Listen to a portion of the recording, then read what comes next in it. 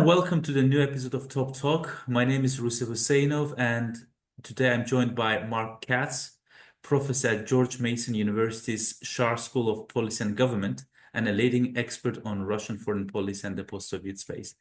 Professor Katz, I'm honored to have you today. Well, it's an honor to be here. Thank you for inviting me. Thank you so much, Professor. I would like to discuss with you the current developments in the wider Eurasia, or as some call it, or the post-Soviet space, as some call it, and the U.S. policies towards the region. Uh, Let me start with one of the most pressing issues nowadays. The Trump team's reported push for a ceasefire or a negotiated settlement in Ukraine. Uh, while this initiative faces some resistance from Kiev, from European leaders, and even the Russians, who, despite these potential opportunities, seem in no rush to use it. How do you interpret the current discourse in Washington, particularly within the expert and academic communities? Well, I think within the expert and academic communities, there's just a lot of, just disbelief that President Trump has come out, seeking a resolution in which Ukraine makes so many concessions and Russia seems to make very few. That I think that it just doesn't seem like sort of the American foreign policy as it's been practiced. And I think the concern is that, in offering Russia so much, that the fear is that, Putin will press for even more concessions, basically, at Ukraine's expense. So yeah, I think that there's not a lot of happiness about this. I think there's a general realization that Ukraine's not going to be able to retake the territory that's been occupied, and that there should be a ceasefire, just along the current lines. But there shouldn't be Ukraine giving up any territory just because Russia has included it within its own borders on its own. Nor, I think is also very unfortunate that Trump has offered to actually recognize the integration of Crimea into Russia. This is contrary to the policy put forth in his first administration that the U.S. would not do so. So I think that there's a lot of questions, and obviously we saw today that President Trump is unhappy with Putin because of the bombings, in Kiev and elsewhere. That I think that President Trump really thought that once he started making this offer and holding out these promises of better relations with Russia, that Putin would be reasonable. But this does not seem to be the case. Yeah, Professor, right now, some fear that the current trajectory of US-Russia negotiations risks pushing not only Ukraine in this very case, but also the entire post-Soviet space back into Moscow's sphere of influence. In your view, is it fair to characterize this moment as a potential Yalta type arrangement? If so, what might the implications be for countries caught in this geopolitical gray zone? Right. I'm not sure the Trump administration has really thought about this, but clearly, if Ukraine, probably the strongest of the former, non-Russian Soviet republics, can't resist Russia, then what does anybody else? What chances do they have? And that's sort of the only choice that they have is to sort of, is to appease the Russians. In other words, like, we'll do most of what you want, so you don't need to invade us. uh, but still, I think that it's not over yet. Even I think that even without U.S. support, I think Ukraine has a lot of resistance left. Even Trump said, it could take Russia 3 years. 3 years is a very long time. And I think that, he's gone through so much material, Putin. Uh, and I think, Russia looks weak for having to rely on Iran and North Korea. My Lord, this does not make Russia look like a great power at all. And I think that would only increase. So, I think that the other non-Russian republics of the former Soviet Union, they'll do what they've done since independence, and that is they'll be polite to the Russians, they'll cooperate with the Russians in some areas, but they'll quietly pursue their own interests. And especially, so long as Russia is preoccupied with Ukraine, I'm not sure how much latitude it has with the other republics. Well, if we can elaborate what you just said a little bit more, um, to what extent do you think Trump's posture toward Russia may influence the strategic calculations of leaders in the post-Soviet region, particularly those navigating the delicate balance between Western integration and Russian pressure? All right. Well, obviously, you know, um, it's not. Uh, in one sense, it might actually help them. In other words, because I think the one thing that Putin feared was that Ukraine, Georgia would join NATO. Well, under President Trump, that's not going to happen. Clearly not going to happen. And so, as long as Putin feels reassured of that, maybe he doesn't have to try to reassert complete control over the other republics. And they do have, options. I think that the Europeans are obviously um, very unhappy with the Trump policy.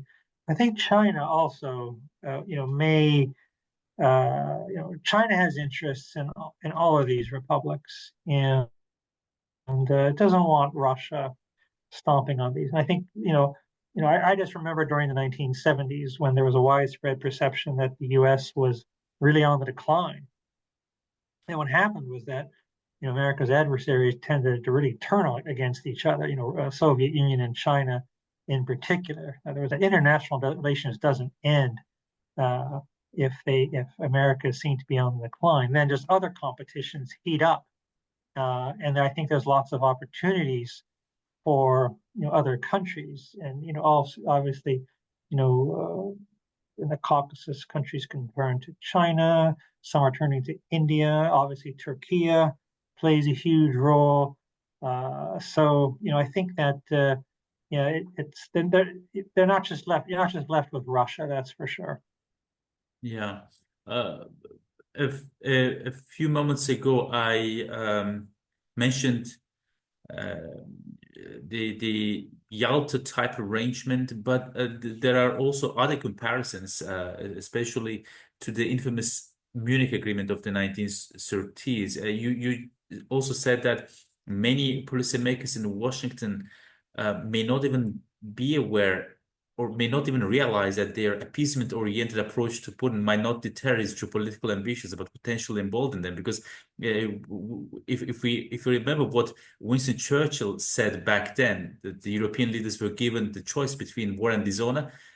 In order to appease Hitler's appetite, they chose dishonor but still got a war. Still got war, Okay. yes. Yeah. Uh-huh. Well, I think if we go back and look at what Neville Chamberlain thought he was trying to accomplish, I don't think he, I don't think he thought what happened was going to happen. I think, like Trump, he feels that you know if he makes a deal, the his whether it was Hitler then or Putin now, will keep a deal with him. In other words, that both I think were vain in that sense. In fact, if anything, there are some people who argue that actually Neville Chamberlain really did understand he was just buying time uh, to rearm Britain because it couldn't afford to get into a war right then. I don't know what the truth is, but I don't think Trump is even trying to buy time. I don't think he's I don't think his thinking is that sophisticated. I think that he really thinks that he's a great deal maker. That Putin would like to make a deal with him. Zelensky is being, obstinate and difficult, but that if that changes, that Putin would go along, would be very grateful. And I think that's the real problem. I don't think he understands the basic nature of Vladimir Putin. I think he sees what he wants to see in Putin. Professor Katz, in your analysis, how is Trump's presidency and policy affecting the long-term trajectory of US-Russia relations? Is what we are witnessing nowadays something temporary, or will remain fundamental in US American strategic mindset? Yeah, well, again, I just don't think there are, all that many, especially within the foreign policy and military establishments, who agree with Trump that, that Russia can be somehow a partner, or one can make a great power bargain with him. I think also in terms of, if the carrot that Trump is holding out to Putin is, oh, we can do business together, and of course Putin is saying this as well. The trouble is that no American president can make deals for American businesses. And American businesses who got involved in Russia in the 1990s, for the most part, they did not have a happy experience. And Russia seemed to be a lot freer back then, a lot at least heading toward a market economy and rule of law. At least so people wanted to convince themselves. No one thinks that now. That if you make a deal with Russia, they'll change the terms as soon as you put your money down. I don't think there's many American corporations who want to experience that again. So Trump really, he can't make deals with Putin. And so there's that. And then otherwise, I think that, there's the notion that, oh, really, we fear China. Russia's right next to China, so we think Russia should fear China. I mean, we would. But I don't think that, and therefore, if we can make a deal with Russia over Ukraine, then we'll both work together against China. Well, I don't think Vladimir Putin will do that.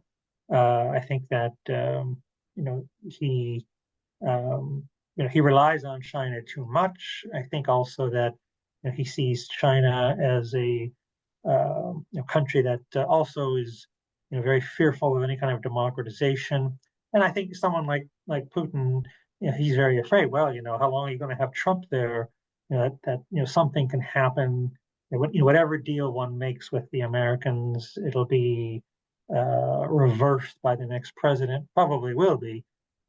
So he can work with Trump now, but that I think he's always suspicious. So I think Putin's own willingness, his own ability to trust not simply Trump, but just the American system, I think is very limited. Whereas he understands exactly where he is with China, and even if he does fear China, I know a lot of Russians who do, and they really are kind of wondering about what Putin is doing. I think that what Putin is hoping is that China and America will be competitors, and Russia can sit back.